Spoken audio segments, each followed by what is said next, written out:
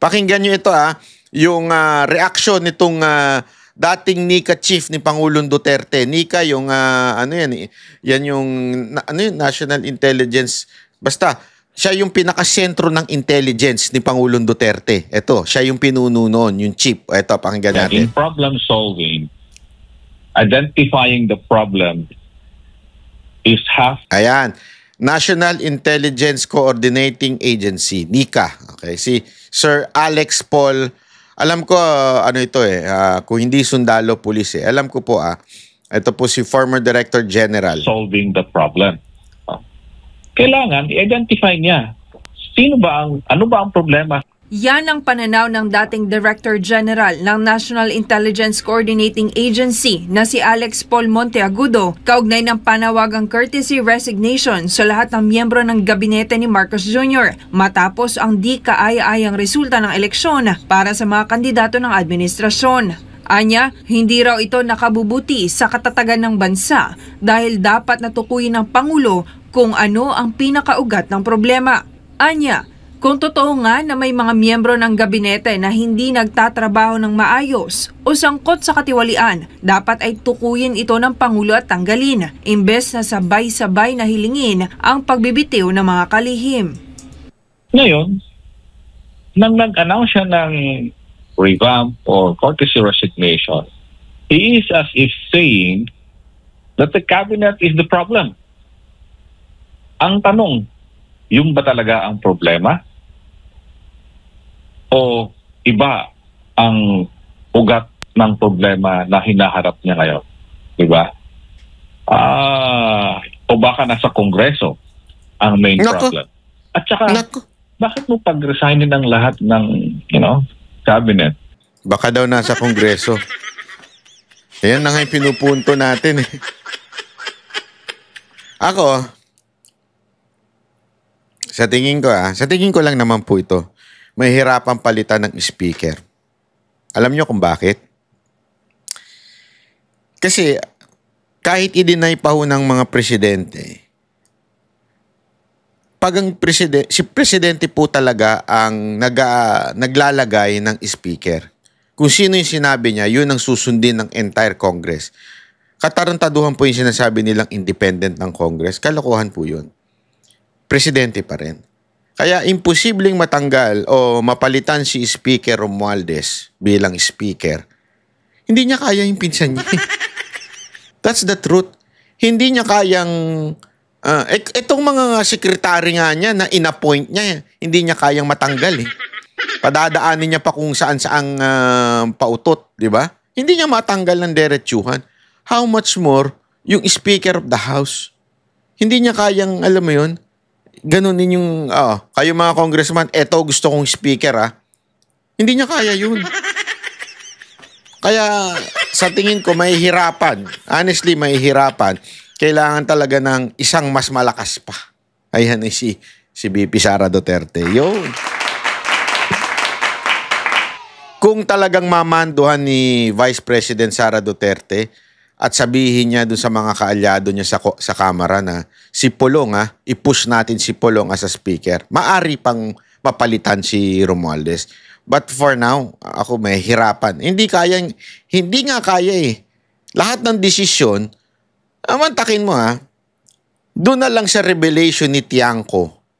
Diba? Anong sinabi niya doon? Nangako yung speaker, nangako yung leadership ng Kamara dito sa mga congressman na nag-sign ng impeachment na meron silang something. Di ba? Hindi niya madiretso pero may something sila. Ibig sabihin meron silang may bibigay na proyekto o whatsoever. Di ba? Tapos nung tinanong daw ni Tiangco sa presidente, ang sagot daw ng presidente, wala kaming pangako dyan So ibig sabihin, based sa kwento ni Tiangco, etong speaker gumagalaw ng soloista. At nagdidesisyon siya kahit yung budget ay manggagaling sa departamento na nasa sakop ng presidente. DBM po yun yung mag-aalat ng budget So kaya niyang i-pressure. Ganun mo maintindihan na talagang napakahina ni Marcos bilang presidente. Doon pa lang sa revelasyon ni Tiangco, taob na kagad si Marcos doon eh. Bakit nangangako yung pinsan mo na magbigay ng project na ganito, ganyan, nang hindi man lang nagpaalam sa'yo? Ibig sabihin, he doesn't respect you. Wala siyang you understand what I mean? This is based on sa story po ni Tiangco. Hindi ko po ito inimbento. Nalaglag ho sila doon ng todo-todo sa istorya ni Tiangco. Hindi ko alam kung ano eksena ni Tiangco, ba't niya nilaglag eh. Laglag ho si Marcos doon. Ibig lang sabihin nun, talagang hindi siya ginagalang ni speaker. At the same time, mas lalong nalaglag ang kamera doon. Bakit? Bakit may pangako ang ganun? Diba? Nakarinig ba tayo ng sagot kay speaker? Hindi natin alam. Again, this is an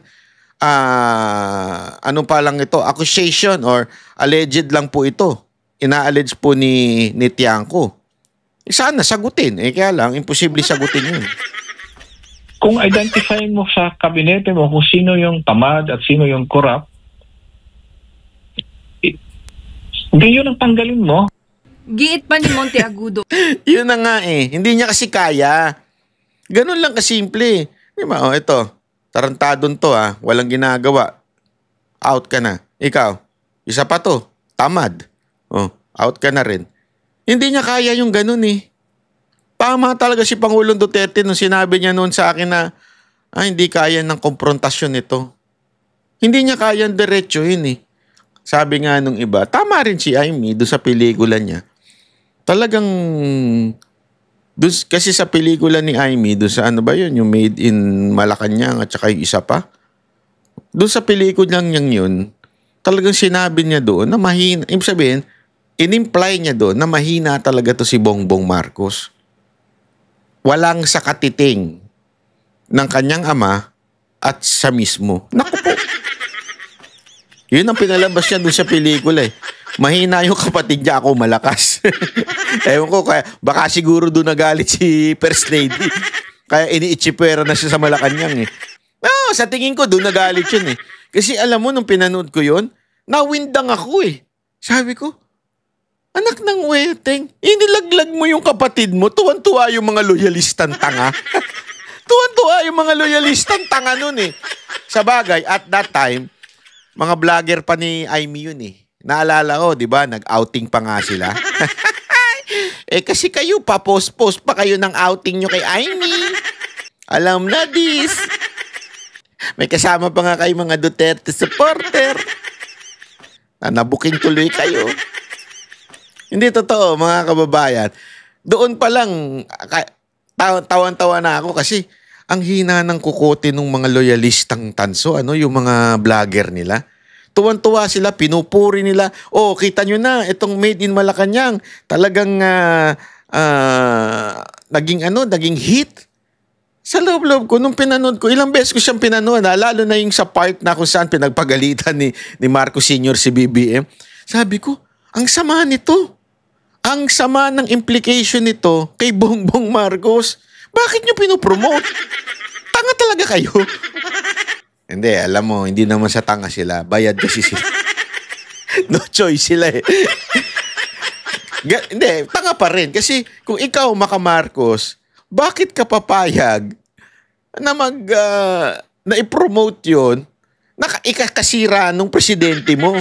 Di ba? Ganun sila katanga eh. Ang pagpapatawag ng mass resignation ay nagpapakita ng kakulangan sa direktang pamumuno ni Marcos Jr. Inihalin tulad din niya ang estilo ng pamumuno ni dating Pangulong Rodrigo Duterte na may agarang desisyon laban sa mga tiwaling opisyal. Kabaligtaran nga niya ito sa gobyernong Marcos Jr. na tila hindi pa rin malinaw kung ang gabinete nga ba talaga ang ugat ng problema. Nahon ni Duterte, hindi, di ba? Yung kanyang SILG noon, magka-problema. Alis ka. Yung isang, secretary o isang agency head, alis. So, dahil may mali yung isa, dalawa, hindi mo kailangan pag-resignan ng lahat. That is leadership. Binigyang diin ni Monteagudo. Wala boss, mahinang nila lang eh. Wala talaga eh.